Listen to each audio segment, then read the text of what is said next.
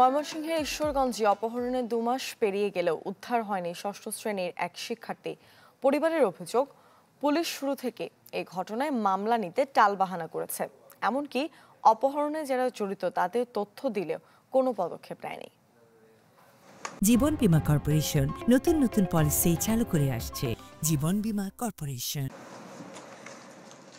ময়মনসিংহের ঈশ্বরগঞ্জে বাড়িতে সাজানো গুছানো পড়ার টেবিল, পড়ে আছে বই খাতা, নেই শুধু আদরের সন্তান।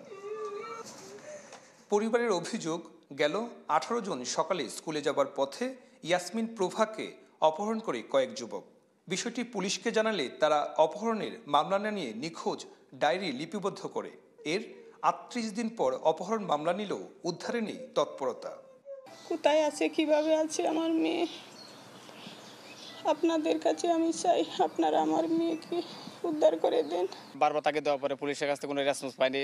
এমনকি র্যাব অফিসে গেছি, ওনার আশ্বাস দিয়েছিল, কিন্তু ওনাদের কাছ থেকে আমি কোনো রেসপন্স পাইনি। এখন সবাই আশ্বাস দেয়, কোনো কাজ করে না। এই পর্যন্ত প্রায় 2 মাস হয়ে গেছে। আমি সুষ্ঠু বিচার চাই। এটা প্রশাসন যদি সদয় হইতো, আরও চেষ্টাটা আরও বেশি করতো, তাহলে হয়তো তাকে উদ্ধার করা সম্ভব হতো। পুলিশের দাবি, মোবাইল ব্যবহার না করায় ভুক্তভোগীকে উদ্ধারে সময় লাগছে, আটক করা যাচ্ছে না অভিযুক্তকেও। এখন পর্যন্ত মেয়েটাকে উদ্ধার করা সম্ভব হয়নি।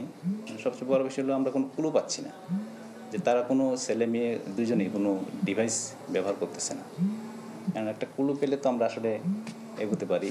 আর এমনি বাদেও ওইরকম কোনো তথ্যপত্র দিতে পারে না যে আমরা আসলে এটাকে উদ্ধার করতে পারবো। মোবাইল ব্যবহার করে না বিদায় তাকে টেস্ট করা যাবে না, এটা সে দায় এড়ানোর জন্য বলছে। এটা সে বলতে পারে না। তার মানে সে কোনো ব্যবস্থা গ্রহণ করে নাই এবং ওই ছেলের পক্ষের কাছ থেকে সে অন্যায়ভাবে লাভবান হয়েছে। এটা একটা নিঃসন্দেহে একটা অসদাচরণ এবং দায়িত্ব অবহেলা। অপহৃত ইয়াসমিন উচাখিলা উচ্চ মাধ্যমিক বিদ্যালয় ও কলেজের 6ষ্ঠ শ্রেণীর শিক্ষার্থী। সুলতান মাহমুদ কনিক, চ্যানেল 24, ময়মনসিংহ।